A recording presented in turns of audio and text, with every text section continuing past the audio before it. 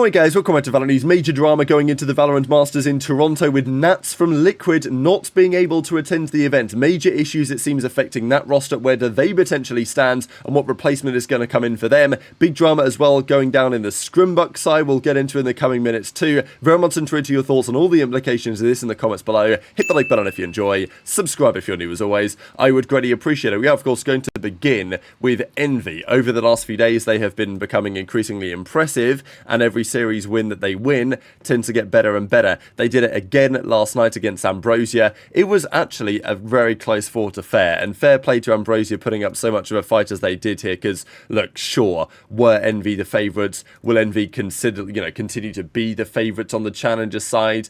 Yeah, absolutely. But they did put up a really good fight here. The latest was 13-9 to nV in the end. The Sunset, that was a 14-12 on Ambrosia's pick. But fair play to Ambrosia, because even after that, they managed to stay composed. They won the next descent in a 14-12 overtime to nearly potentially threaten the reverse sweep in the series. But after that, nV handled business. Good maps again from Kane Zero and Ion. Of course, those are the two guys that are not 18, and therefore, if they did win Ascension, wouldn't be able to play. I guess this is an interesting question for you guys, whether people are hoping that nV actually win Ascension or not, because as talented as they are and as impressive as they have been and continue to be, and they're so exciting to watch, they just run around and kill everyone. Certainly half the team, that's how they play. It's almost sometimes impossible to counter. But if they do win Ascension, their whole team can't qualify, right? Like, only 3 of the guys would be able to guard. They'd have to find a couple of replacements, which would be tough for those 2 other guys, because who knows when, they might get the next opportunity. Although, to be fair, if they were to win Ascension and not be able to make it, because they're not old enough, then presumably when they are, they're going to get a chance. But it would obviously be kind of a shame to see the team broken up. But at the same time, who are their other competition right now in Ascension? The only real competition they probably have in the Americas is from the Ixolos Laser team from, coming out of South America. And those guys are real nice as well. So, that might well be right now anyway. It looks like it might well be your Ascension Grand Final. But right now, nV doing a particularly good job to keep up that level. Ambrosia, though, they deserve lots of credit. As they say, starting Split 1, fighting for relegation, ending Split 2 in the finals. Look forward to Split 3.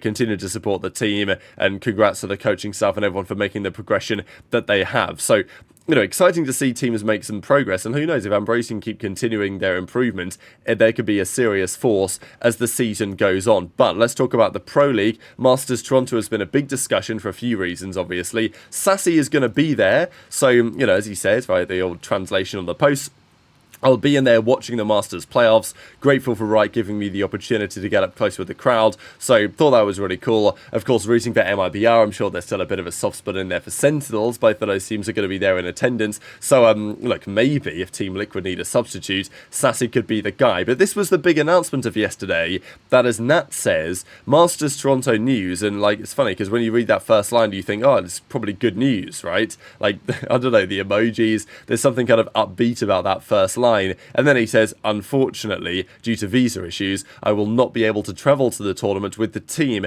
There is still a chance I will get visa, but most likely not before the first match. I hope I'll be able to show up to the tournament. I'll keep everyone updated. No matter if I'm there or not, Team Liquid will still need your support. So, really tough. I mean, look, again, we're talking visa issues before international events. It always happens.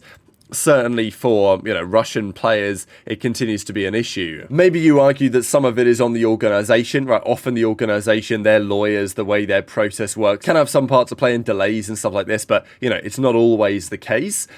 Sometimes you just, get the wrong visa agent or whatever, and there's other complicated factors, certainly for players like nAts. It is a big talking point about where these events happen, because the common talking point was, well, if you go to Japan, visa issues can be a serious problem getting there for the players, and we have seen that before as well. So, Riot, it seems, maybe they don't really mind, but, they seem to try and choose countries where visa issues will be less of an issue nowadays, and, well, hopefully the process works smoothly anyway, but unfortunately it is always going to happen on occasion. So nAts is not going to be there, and as Liquid say, due to delays in the visa process, nAts is unable to travel with the team to Toronto, will likely miss our first match. We hope to resolve this quickly and have nAts join for the following match. Penny will be standing in as nAts is able to, join the roster until he's able to join. So hopefully they get it sorted in time. Of course, they've not got that long. They've got about a week or so. We'll see that in a second, and they clearly know that it's not going to be happening before then. again, but it does mean that Penny is going to be in the team, as he says. Excited to play with Liquid and Masters Toronto, excited to play in front of the home crowd, make sure I do my best for the Liquid fans. So, you know, pretty exciting stuff for Penny, I suppose, but it's really difficult for nAts because Liquid already,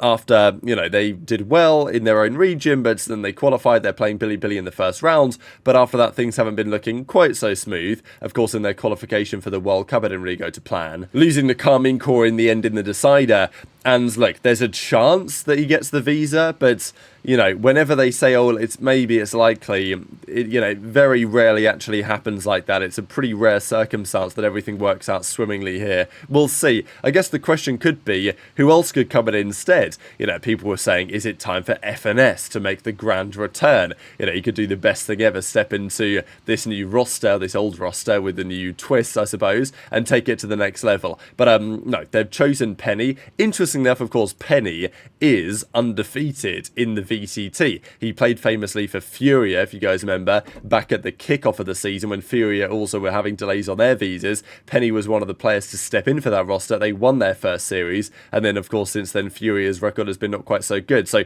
you know, technically, Penny's record in the VCT is actually really good, which is pretty funny to think about. He's literally undefeated, but he's going to step in here with Liquid, and, you know, it's on paper, it's not ideal. I mean, they're obviously going to be in the Swiss stage, Team Liquid. They played BLG in the first rounds, but look, they've got some big teams to get past here, right? I mean, Liquid could be considered to be right down there as the worst, one of the worst teams now with this unfortunate surprise roster change at this entire tournament. You know, Billy, obviously Wolves, you never really know what you're going to get from the Chinese teams here, and GLI Gaming, even though they won it, they're making a change. They got rid of one of their best players in you. They're bringing somebody else in instead. We're not really sure who that's going to be quite as of yet, but yeah, Sen, MIBR, BLG, Wolves, Gen.G, PaperX, Heretics, Liquid, those are the 8 teams, and a number of those teams all very much back themselves to get past Liquid on both of these occasions. But who knows? I mean, their first round draw is not the hardest. I mean, they play BLG. Look, they play in about a week or so, right, as we say. It's not, look, they're going to be favourites for this series anyway, possibly even with Penny in the roster, as, you know, as we are now officially seeing with the changes that they've made.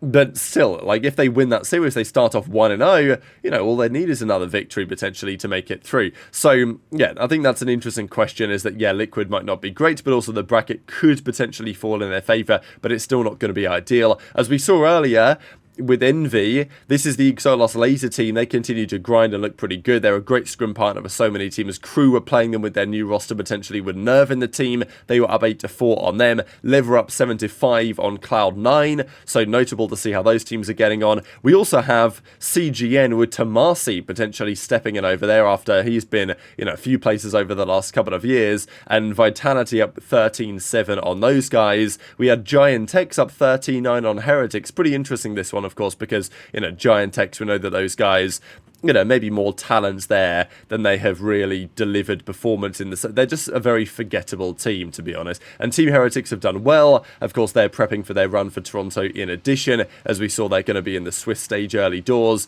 And they've been playing pretty well, but in the end, it was not enough against Fnatic. And Giant X having their number in this scrim just marginally so far. But very much intrigued to your thoughts on all of this stuff in the comment section below. Pick the Masters Toronto MVP and a winner. Let's see who we get. We'll do it a couple of times. Okay, we've got Gen.G from RRQ first up, which is, yeah, I mean, look, honestly, who knows? They managed to win their own region, which is very, very typical indeed. Look, could they do a T1 from the first major and surprisingly win it? Possibly, but relatively unlikely. And we'll do one more again. Oh, look at that. John QT from Sentinels. So, like, is Sentinels run plausible? Yeah. If they do win the tournament, would John QT be the MVP? Unlikely. You'd think probably Zekken. But honestly, who knows? Maybe John QT can do a masterclass. But very much interested to your thoughts in the comments. Hit the like button if you enjoyed. Subscribe if you're new. Take care. And I'll see you next time.